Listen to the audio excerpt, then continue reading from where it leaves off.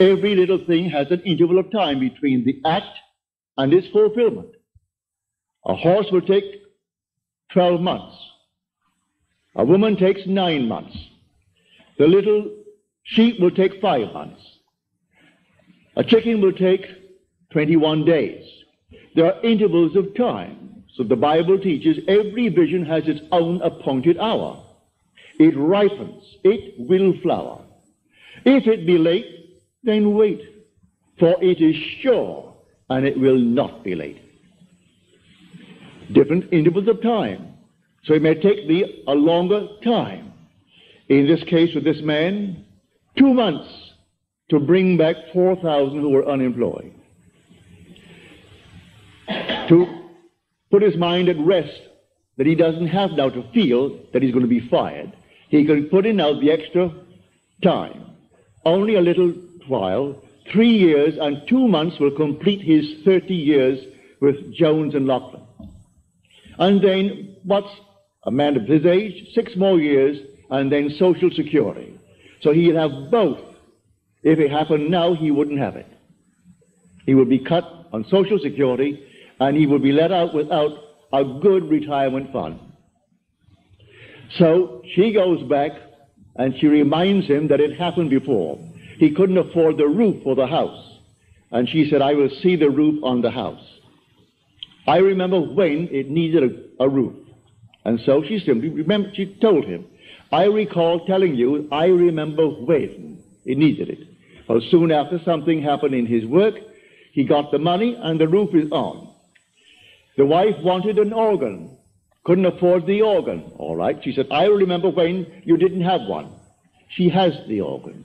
And she took one after the other. Of all these things, he's still, with all the evidence in the world, he is still working on some outside God.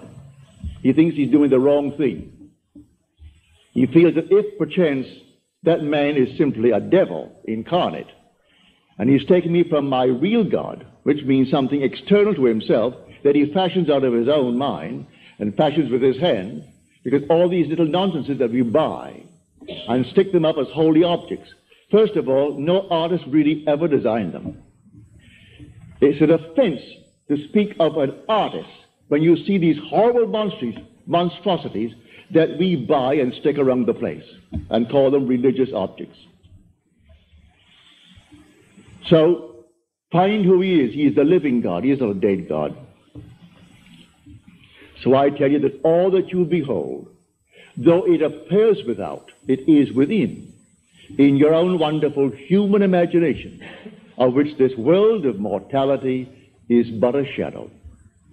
All things exist in the human imagination, and everything you see as an objective reality was produced by imagining.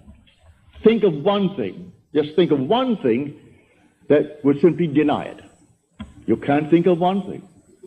So you go to the moon. You first had to imagine it. Had to imagine everything concerning the machine that took you to the moon. Everything in the world first has to be imagined and then executed. All right.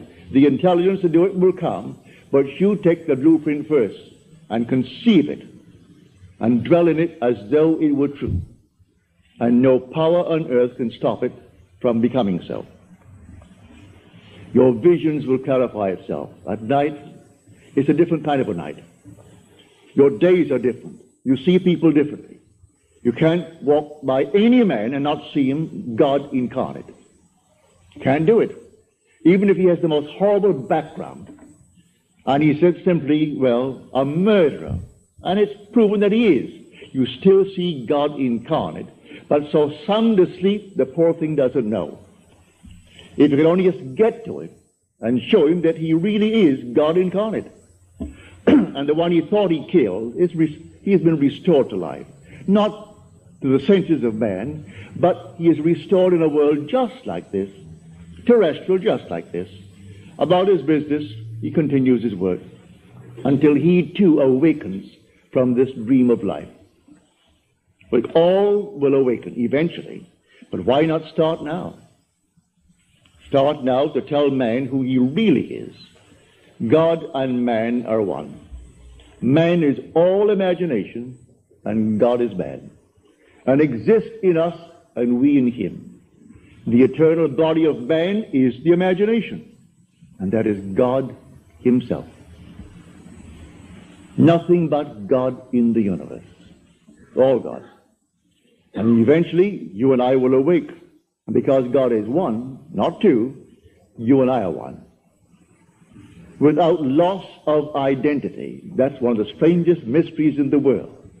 Without loss of identity, we are one. I know that from my own personal experience. We are one. And yet, I am individualized. And you are individualized. And we tend forever and forever toward ever greater and greater individualization. And yet, we are one. And I will bring that out to the best of my ability as we proceed with these series of lectures. You will hear it. But tonight, if you're here for the first time and you want something practical, you apply what I've told you.